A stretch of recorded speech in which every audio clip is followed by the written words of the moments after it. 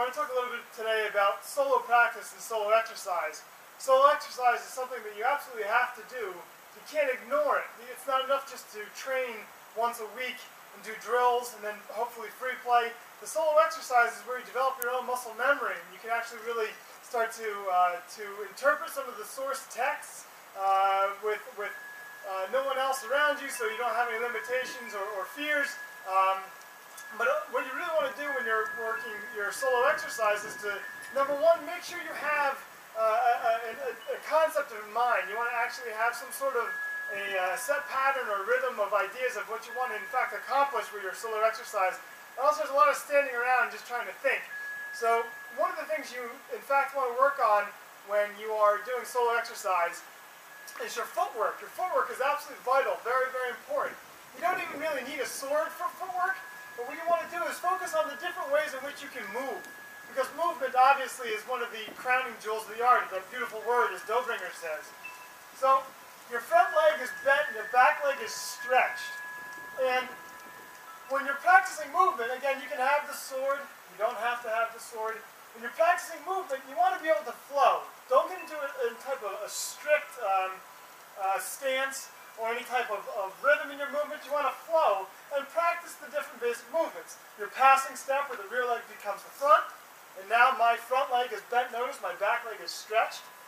Here, pass backwards, pass forwards.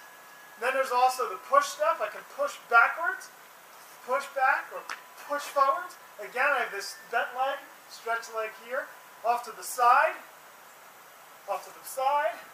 push back, push forward, pass, pass, pass, and move. Change your angle.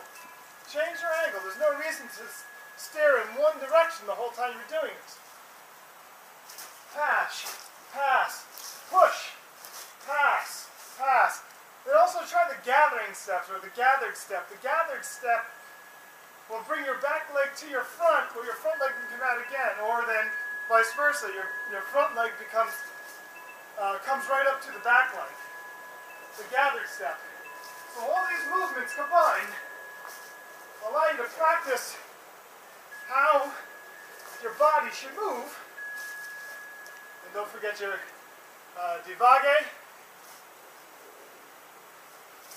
And just practice going through the different permutations, transmutations of steps, and make sure you're on a 45-degree angle.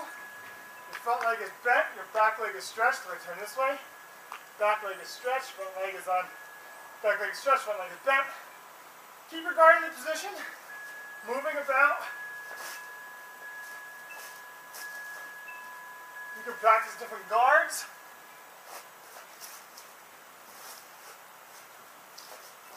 Changing angles.